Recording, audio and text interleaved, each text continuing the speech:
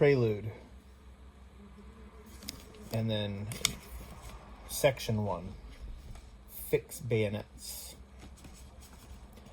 When I was 6, I realized that I was not merely a moody appendage of my parents.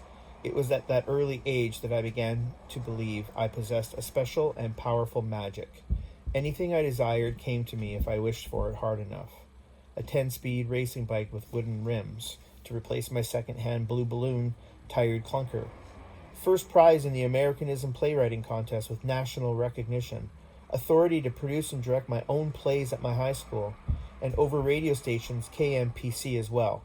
First prize and the Golden Glove Award in the school's heavyweight boxing competition. And I really could have knocked the crap out of my opponent that day, but he had stomach flu and had to forfeit the match. Then there were the minor exercises in my magic, like of obtaining dates with the prettiest girls and convincing my protective parents to sign the permission form to let me join the army at age 17 so I could go kill some Nazis. As it was precisely then, poof, that all my magic suddenly disappeared. Section 1, Fix Bayonets. Therese DeNormanville.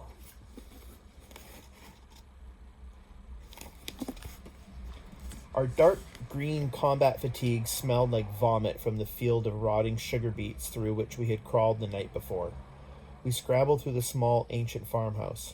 Once outside, again, we saw, kneeling by the well, were a terrified woman, a slight, red-haired girl of 14, and a baby boy. Our platoon took positions behind the nearby hedgerow. 30 yards farther was another hedgerow, and beyond that another and another into the distance. Ancient dividers separating small plots of arable land. Flies plagued us. To my right, Jay Green removed his helmet and relaxed against the densely compacted hedge. He lit a cigarette.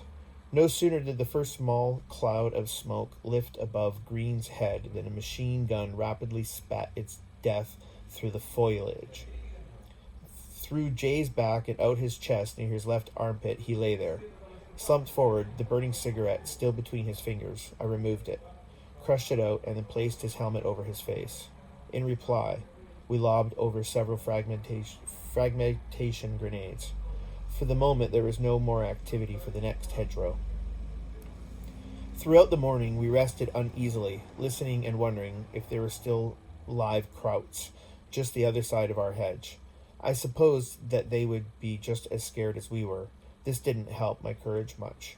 We breathed softly, whispered, and refrained from smoking.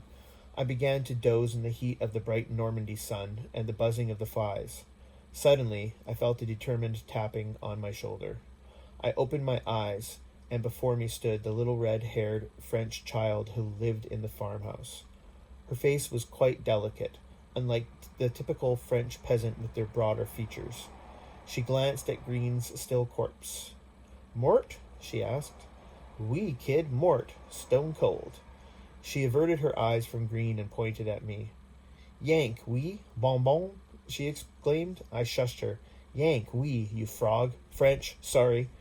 "French," she repeated. "Therese, m'appelle Therese." "Maple Bob," I said, futilely attempting to resurrect more of my high school French. She laughed and softly repeated, Bob, bon cidre." I didn't understand her. "Bon cidre?" I asked. She abruptly turned and dashed to the old farmhouse. I fell asleep again, but not for long. Soon, Therese was there, poking my shoulder. She was holding a wooden bucket and a dipper. She filled the dipper with sweet cider from the bucket. Never have I tasted a nectar so refreshing.